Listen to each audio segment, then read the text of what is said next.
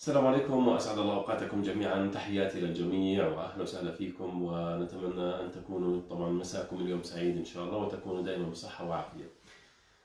نحن نعيش في ظلال موجة حر شديدة الحقيقة، فمن الجميل أنه نتكلم ما هي مخاطر أشعة الشمس المباشرة بهذه الموجة، موجة الحر، على الجفن، على العين، على العدسة، على الشبكية، على الغشاء الدمعي وهكذا. طبعا اللي أثار الموضوع أنه كلنا بنعرف انه في عندنا شيء يسمى الترا فايولت راديشن، اشعه فوق بنفسجيه. ما هي الاشعه فوق البنفسجيه؟ وما هي خطورتها انجاز التعبير؟ وما هي اقسامها؟ هلا احنا بنعرف انه الشمس اللي رب العالمين ابدع في خلقها طبعا تعطينا الدفء، تعطينا الحراره، تعطينا كثير من الاشعاعات. الاشعاعات بشكل عام تقسم الى ثلاث اقسام. الضوء المرئي اللي هو الفيزيبل لايت، ما بين 380 ل 700 نانومتر تقريبا، اللي هو الفيزيبل سبيكتروم او الفيزيبل سبيكتروم اوف ذا فيزيبل لايت، اللي هو النظر المرئي اللي احنا من خلاله، او يعني من خلال عيوننا البشريه اللي رب العالمين ابدع في خلقها بامكاننا نشوف الاشياء والالوان وهكذا. في عندنا شيء يسمى انفيزيبل لايت انفراريد اللي هي الاشعه تحت الحمراء، وعلى العكس في عندنا شيء يسمى الترا فايولت راديشن، وهي ايضا انفيزيبل لا ترى بالعين المجرده، تعتبر فوق البنفسجيه. فوق البنفسجيه تحديدا تقسم الى ثلاث اقسام. الأشعة فوق البنفسجية من نوع A Ultraviolet Radiation A، هذه طبعا تخترق أو ممكن أن تصل إلى عدسة الإنسان والشبكية، وممكن أن تؤدي إلى ماء أبيض ومشاكل بالشبكية كما سنرى بعد قليل. الألترافايولت راديشن B هي حقيقة تؤثر على الجلد أكثر، هي التي تسبب اسمرار الإنسان عندما يتعرض بعض الأشخاص بشكل مكثف للشمس من خلال السباحة مثلا أو طبيعة عملهم بالشمس. ممكن يؤدي ذلك إلى اسمرار البشرة وتغير لون البشرة طبعا مع الوقت وبسبب الشمس، وأيضا قد تؤدي إلى ما يعرف بسرطان الجلد.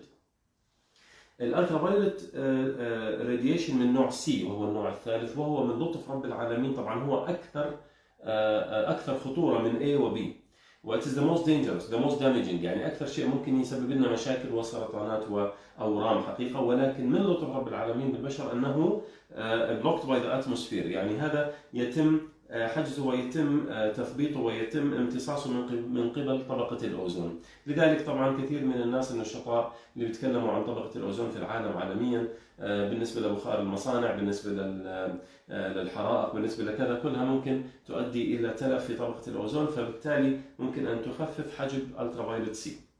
الآن نيجي للالترافايولت A والترافايولت B. طبعا احنا كما ذكرنا هذه الشمس وهذه الأرض، حكينا الترافايولت C وهو الأكثر خطورة. الأوزون، طبقة الأوزون تحمي الكرة الأرضية من لطف ربنا طبعا. الترافايولت A و B هي التي سنتكلم عنها. الالترافايولت A تخترق بشكل أكبر طبقة الأوزون، البي برضو بنفس الوقت التي تسبب سرطان الجلد بشكل كبير، برضو يتم تخفيفها من قبل طبقة الأوزون. طبعا قبل ما نتكلم عن أورام الجلد بشكل عام أو أورام الجفن، الأشعة فوق البنفسجي بشكل عام أو أشعة الشمس أو الحرارة أو التيارات الهوائية تؤدي إلى عدم استقرار الغشاء الدمعي، فيؤدي ذلك إلى جفاف.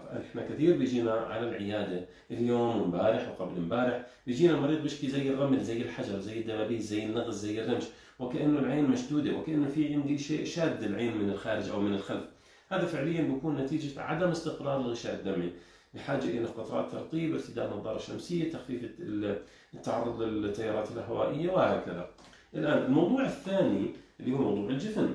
احنا ما ننسى أن الجفن هو عبارة عن جزء من الجلد ولكنه رقيق جدا. بعض الدراسات الأسترالية تشير على أنه نسبة إصابة جلد الجفن أكثر من نسبة إصابة الجلد الطبيعي للإنسان بالسرطان أو بأورام الجلد الناتج عن الأشعة فوق البنفسجية 10 مرات. يعني بمعنى آخر، السرطان اللي ممكن يصير أو الأورام اللي على الجفن أكثر عرضة ب10 أضعاف من السرطان اللي ممكن يصير على أي مكان آخر في الجسم. ليش؟ لأنه الجلد رقيق جدا وهو حوالين العين، ونسبة الإصابة فيه أعلى من الجلد في أي مكان آخر في الجسم. فهذه معلومة مهمة جدا. هذه صورة تبين أحد الأورام اللي موجودة بالجفن السفلي للإنسان، التي يمكن تفاديها باختصار وبكل بساطة من خلال النظارات الشمسية الأصلية اللي فيها Ultraviolet Radiation Protection. هذا موضوع مهم جدا سنتكلم عنه إن شاء الله. هذا فيما يتعلق بالجفن. لا، فيما يتعلق بالماء الأبيض، طبعا كما نعلم الماء الأبيض هو عبارة عن تغير لون العدسة مع العمر، بدل أن تكون العدسة شفافة تصبح معتمة. فبالتالي زي ما بنشوف هون، تشوف الفرق ما بين العدسة الشفافة والعدسة المعتمة. طبعا الماء الأبيض أحد أهم الأسباب، إضافة إلى التقدم بالسن، إضافة إلى التدخين، إضافة إلى الضغط، السكر، الدهنيات، وهكذا برضو التعرض للأشعة فوق البنفسجية. موضوع الشبكية أيضا، في شيء يسمى سولار ريتينوباثي، أو هو عبارة عن حرق الشبكية أو اعتلال الشبكية الناتج عن الكسوف التعرض المباشر للأشعة فوق البنفسجية. الإنسان مثلا فضولي ممكن يتفرج على قرص الشمس لأكثر من 10 ثواني 15 ثانية، ممكن يؤدي ذلك إلى عبارة عن سكارينج يعني زي تليف أو زي حرق بالسطح الشبكية، أو ممكن يصير في عندنا شيء يسمى واللي بنشوفه كل يوم في مرضانا اللي هو اعتلال الشبكية الشيخوخي، وأحد الأسباب غير عن التقدم في السن اللي هو التعرض للأشعة فوق البنفسجية. الآن طبعا ما هو العلاج؟ قدر الإمكان نتجنب التعرض لأشعة الشمس المباشرة، رقم 1. رقم 2 استخدام قطرات الترطيب. رقم 3 ممكن نرتدي طاقية معينة أو استخدام مظلة معينة في حال طبيعة عملنا بالشمس أو تنقلنا بالشمس لفترة طويلة. ارتداء نظارة شمسية. النظارة الشمسية طبعا في كثير من الأنواع، في كثير من الأشكال، في كثير من النوعيات، البراندات، في بولارايز ونون بولارايز. أهم شيء في النظارة حقيقة أن تكون هناك فيها طبقة لحماية الالترافايولت راديشن.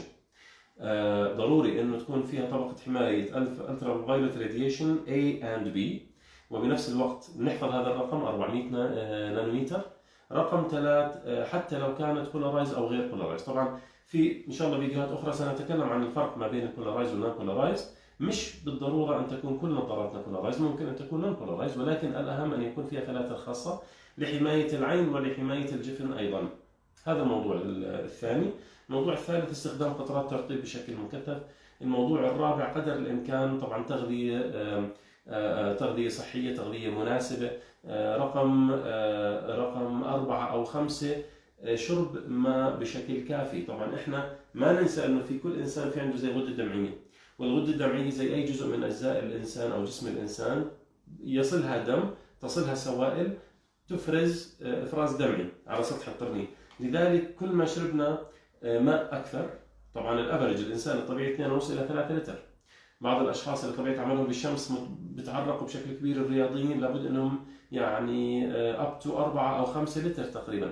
كل ما شربنا ماء كفايه كل ما تجددت الافرازات اللي موجوده بالغده الدمعيه، فبالتالي مرست القرنيه، فبالتالي صار في عندنا استقرار بالغشاء الدمعي، فنوعا ما صارت تحمي من